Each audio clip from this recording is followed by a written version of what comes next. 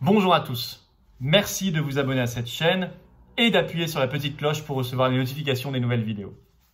Et si la vraie deuxième vague, c'était celle des nouveaux gilets jaunes de la France d'après? Et si cette fois-ci, la deuxième vague l'emportait? On va voir ensemble pourquoi les gilets jaunes du 17 novembre 2018 et d'après ont à mon sens échoué, pour quelles raisons très concrètes. Et on va voir surtout demain ce qu'il faudra faire pour qu'un large mouvement populaire, cette fois-ci, l'emporte, sachant qu'à mon sens, je vais vous expliquer pourquoi, il a beaucoup plus de chances cette fois-ci de gagner. Alors les gilets jaunes, oui, c'est né le 17 novembre 2018. Bon, c'était un gilet jaune parce que c'est vrai que c'est ce qui a mis le feu aux poudres, parce que c'est l'augmentation du prix du carburant. Et donc le gilet jaune, c'est ce qu'on trouvait dans les voitures, et ça a commencé comme ça, beaucoup de bon sens. Ça a été d'abord un formidable élan d'espoir. On trouvait à peu près tous les Français des classes moyennes et des catégories populaires. Ça mélangeait des commerçants, des ouvriers, des salariés, des fonctionnaires, des jeunes, des vieux, tout le monde sur les ronds-points et dans les rues de France. Mais ça a échoué. Et les gilets jaunes n'ont pas réussi à faire la bascule qu'ils souhaitaient faire. À mon sens, il y a plusieurs raisons qui l'expliquent. D'abord, je pense que le mouvement s'est trop vite focalisé sur Emmanuel Macron. Alors qu'on s'entende bien, pas de malentendu. Macron démission, ça me va très bien. Je serais le premier heureux si demain le président de la République annonçait sa démission, son départ. Il fait beaucoup de mal à la France, il n'aime pas la France, il n'aime pas le peuple français. Sa place, c'est chez Rothschild ou dans une autre banque. S'il pouvait annoncer qu'il quitte l'Élysée et même qu'il quitte le pays, j'en serais le premier heureux. Et je ne suis pas le seul, je le sais. Mais ça n'est pas suffisant. Et c'est vrai que ce slogan Macron démission a très vite envahi, presque monopolisé l'ensemble des ronds-points et des manifestations du samedi des Gilets jaunes. Je pense que c'était une erreur. Parce que Macron démission, la belle affaire. On a eu avant cela des Sarkozy démission, puis des Hollande démission. Et finalement, en quelque sorte, ça s'est produit, puisque soit ils n'ont pas été réélus, soit ils sont partis d'eux-mêmes, mais ils ont été remplacés. Et à chaque fois, par les mêmes, et même en pire. L'oligarchie a toujours une solution de rechange dans sa manche. Macron démission, et après pour avoir Xavier Bertrand, pour avoir François Baroin, pour avoir Laurent Wauquiez, Manuel Valls, Yannick Jadot, Édouard Philippe, je ne sais pas. Tout cela n'apporterait aucune issue, aucune espérance, aucun changement à la France et au peuple français. Donc je pense que la focalisation, la surfocalisation sur Macron démission, et non pas sur le combat contre l'oligarchie, a été à mon sens une première erreur qui a justifié une démoralisation progressive d'un nombre de Français importants qui ont quitté le mouvement, qui ont continué de le soutenir dans leur cœur, mais qui ne se sont plus engagés parce qu'ils n'en voyaient pas l'issue. La deuxième raison de l'échec est très liée. C'est, je crois que, à mon sens, le mouvement s'est trop défié de la politique en général. Qu'on s'entende bien là aussi. Qu'il y a un dégoût vis-à-vis de la politique politicienne, vis-à-vis des politiques, des politicards, des gouvernements qui depuis des décennies ont trahi systématiquement leurs promesses électorales. Les Français ont agi contre l'intérêt du peuple français et des Français, se sont servis pour certains au passage, ont accru les inégalités. C'est une évidence. Et je comprends et je partage, je vais vous dire, ce dégoût. Mais la politique peut aussi, au sens premier du terme, être parfaitement noble et je dirais tout simplement même indispensable. Le mouvement a fini par tourner en rond, physiquement sur les ronds-points, mais même tourner en rond parce qu'il n'avait pas d'issue politique et qu'il n'a pas voulu se la donner, refusant à un moment où il aurait fallu le faire de s'engager politiquement au sens noble du terme pour faire la bascule nécessaire dans le pouvoir. Il faut le faire sur quelques grands engagements solides, cohérents, de consensus. Et ces engagements, on avait vu qu'ils s'étaient dessinés dans le mouvement des Gilets jaunes. Très vite, tout le monde était à peu près d'accord pour dire qu'il fallait la TVA à 0%, par exemple, sur les produits de première nécessité. Tout le monde a été d'accord pour demander une augmentation substantielle des salaires et du SMIC. Tout le monde a été d'accord très vite pour inscrire le RIC, le référendum d'initiative citoyenne sur tout sujet, dans l'agenda des Gilets jaunes. Très vite, les critiques contre les privilèges ont émergé. Très vite aussi, on a vu une critique de plus en plus féroce et très justifiée contre l'Union européenne et le mot Frexit a commencé à apparaître un peu partout dans les manifestations des Gilets jaunes et sur les ronds-points. Ça fait en 5-6 points tout un programme politique. Mais il faut assumer de passer à l'étape de l'engagement politique au sens noble du terme, ce qui n'a pas été fait par les Gilets jaunes. C'est une grande différence par exemple avec la Révolution française de 1789. Je ne compare pas les époques ni même les processus, tout est différent.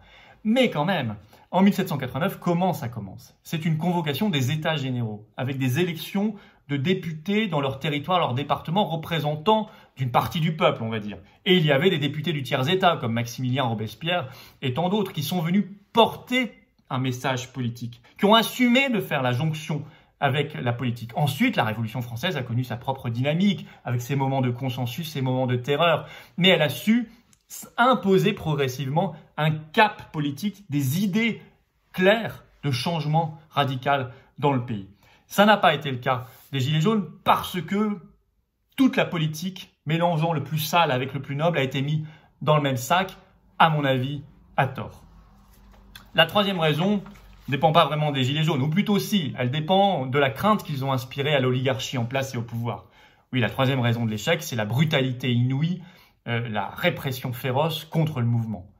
Physique, avec, j'en faisais part tout à l'heure, des yeux crevés, des mains arrachées, les LBD, le gaz lacrymogène en veux-tu, en voilà, des coups de matraque, et puis on a vu également des manifestations réprimées, une répression judiciaire des Gilets jaunes mis en cage en quelques jours, et donc une répression judiciaire beaucoup plus forte que contre certains voyous avec lesquels on a montré beaucoup plus, contre lesquels on a montré beaucoup plus d'indulgence, mais également une violence symbolique avec les éditocrates, l'oligarchie des éditorialistes à la télévision qui passaient ses journées à cracher contre les Gilets jaunes. On maniait la calomnie, on maniait l'amalgame contre eux pour les discréditer, pour les disqualifier au sein du peuple français, ce qui a marché en partie. Donc la troisième raison, elle tient plus à la réaction de peur du pouvoir qui a été d'une violence inédite, physique et symbolique contre les Gilets jaunes. Alors demain, ce qu'on sait, c'est que il pourrait y avoir un nouveau mouvement. Je ne sais pas si ce seront des Gilets jaunes, peut-être que ce sera des masques jaunes, c'est pour ça que j'ai mis d'ailleurs un masque jaune sur la miniature de cette vidéo, puisque ce serait en quelque sorte les Gilets jaunes du monde d'après, de l'après-Covid. Peut-être tout à fait autre chose. Ce que je sais, et un article du Point tout récent du 13 mai le souligne, les renseignements sont inquiets et pensent qu'il peut y avoir une seconde vague de contestation populaire, d'un large mouvement populaire encore plus forte demain que celle du 17 novembre 2018. Rien ne sera simple, que les choses soient claires. L'oligarchie, vous le savez, tient à ses postes, à sa place, à son pouvoir, à ses intérêts. Elle ne lâchera rien. Elle usera de toute la ruse, de toutes les manipulations nécessaires et même de toute la férocité, toute la violence nécessaire. Vous le savez aussi bien que moi. Mais il y a des atouts nouveaux et il faut en être conscient parce que ça nous donne une solidité et une puissance que le mouvement n'avait pas auparavant.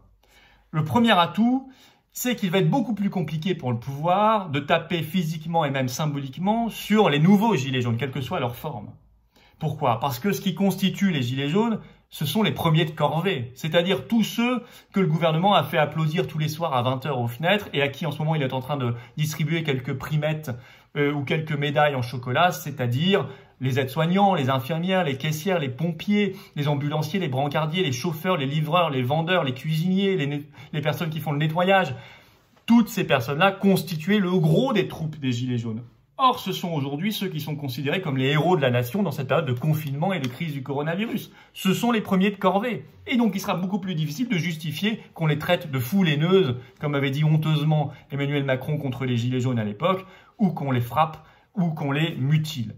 Première raison, il faut être conscient de cette force. La deuxième raison qui peut permettre une victoire, c'est qu'il y a eu incontestablement pendant cette crise, pendant le confinement, où les gens ont pu peut-être se poser un peu plus, réfléchir, discuter entre eux, une prise de conscience politique très importante et très accélérée. Un rapprochement des Français des grandes questions politiques au sens noble du terme. On a réfléchi beaucoup dans cette crise sur la mondialisation, sur l'Europe, sur la souveraineté, sur le rôle de l'oligarchie, sur le rôle des transnationales, sur les conflits d'intérêts, sur la question des délocalisations, sur la question des frontières, sur la question des injustices. On a beaucoup avancé et pris conscience sur ces sujets-là et ça va être une force considérable dans les temps qui viennent. La troisième raison, c'est que de nouveaux publics vont pouvoir se coaguler au mouvement populaire. Je m'explique. Qui était contre les Gilets jaunes? Qui l'a été de manière presque allergique très vite? Essentiellement les indépendants. Beaucoup les commerçants, les restaurateurs et même beaucoup de petits patrons ou d'artisans. Pour quelles raisons? C'est vrai que beaucoup de commerces ou de restaurants ont dû fermer tous les samedis de manifestations. Et donc, ils ont perdu tout simplement du chiffre d'affaires. Ou parfois, leurs vitrines ont été caillassées. Ou ils ont eu peur, en tout cas, que ça arrive. Ou le gouvernement et les médias ont réussi à leur faire peur et à créer une frontière entre eux et les Gilets jaunes. À mon avis, à tort, parce que je pense qu'ils partagent totalement les mêmes intérêts et les mêmes questionnements politiques. Cette fois-ci, les indépendants ont été les premiers à être touchés par la crise. Les premiers à être fermés avant même le confinement. On a commencé par fermer les magasins, les restaurants et les petites entreprises. Et ils seront les derniers rouverts. On ne sait même pas quand. Et donc la prise de conscience chez eux va être également très puissante. Très puissante. Ils vont être par ailleurs extrêmement touchés par la crise économique et sociale qui arrive. Ce qui va permettre une meilleure coagulation entre le mouvement populaire et ces indépendants dont on a évidemment tous besoin. La quatrième raison était inattendue. C'est que pour la première fois, une sorte de figure d'autorité, d'essence gilet jaune, de philosophie gilet jaune a émergé dans la crise. Je parle bien sûr du professeur Didier Raoult. Il ne se revendique pas gilet jaune, ça n'est pas assumé, je ne l'ai jamais entendu dire cela, et donc je parle évidemment à sa place comme analyste politique engagé. Mais je me permets de le dire, c'est une figure d'autorité qui a opposé aux oligarchies, aux laboratoires, aux essais cliniques européens, au gouvernement, un bon sens populaire, fondé sur l'intelligence, sur le travail, sur le sérieux, sur ses études, sur son expérience, bien sûr, sur sa connaissance, mais un bon sens populaire. C'est une figure d'autorité des Gilets jaunes qui finalement a emporté le morceau. Dans la population, il est devenu largement populaire et le combat entre lui et l'oligarchie est apparu de plus en plus clair aux yeux d'un grand nombre de Français. Cette figure d'autorité qui, pour la première fois, l'emporte, ça va être également une grande force de motivation, notamment pour le nouveau mouvement qui pourra arriver dans la France d'après, dans les semaines et les mois qui viennent. Ça, ce sont des atouts considérables dont il faut avoir conscience, parce que ça donne le moral, parce que ça donne de la puissance, ça donne de la solidité, ça donne de la confiance. Et rien ne se passe sans optimisme et sans confiance. Mais il y a une cinquième condition, et qui là dépend vraiment de nous et de nos comportements dès maintenant. C'est qu'il faut absolument cette fois-ci réussir la connexion entre l'issue politique de ce mouvement et ce mouvement lui-même. Il faut qu'on soit très clair qu'un large rassemblement souverainiste émerge dans le mouvement, au devant de lui, derrière lui, à côté de lui, au milieu de lui, que ce soit la même chose, mais qu'il y ait cette figure d'engagement politique, et ça ne peut être qu'un large rassemblement souverainiste. Pourquoi? Parce que la question de la souveraineté est au cœur de la crise, et est au cœur des solutions à lui apporter, et qu'elle est la clé du renversement de table absolument nécessaire pour faire partir l'oligarchie qui est au pouvoir et libérer notre pays, notre peuple. Ce large rassemblement souverainiste va être solide, radical dans ses propositions, au bon sens du terme. Je vous l'ai dit, toute tiédeur, par exemple sur l'Europe, il faut le Frexit, pas autre chose. Toute tiédeur sur les questions sociales, sur les questions des privilèges, sur les questions du RIC, sur les questions économiques notamment, ou les questions des frontières, serait balayée en quelques semaines par l'oligarchie. Il faut aussi qu'il soit sérieux, il faut qu'il soit cohérent, il faut qu'il soit sincère, pas une aventure personnelle ou un slogan de campagne pour faire bien, pas une aventure commerciale ou mercantile pour gagner quelques abonnements ou un peu d'argent.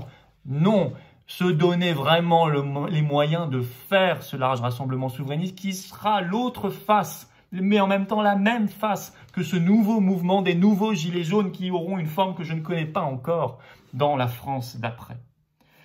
Connecté au mouvement populaire, issu de lui et lui en même temps, et qui là pourra donner la victoire au soulèvement politique, social et populaire qui arrive, qui ne pourra être que d'essence éminemment patriotique, bien évidemment, pour avoir une légitimité et une assise profonde dans le pays, son histoire, sa culture et son peuple. Si vous êtes d'accord avec cette méthode et cette analyse, cette méthode d'action qui peut conduire, qui doit conduire, j'en suis persuadé, à la victoire cette fois-ci, adhérez aux Patriotes, le mouvement politique que je préside.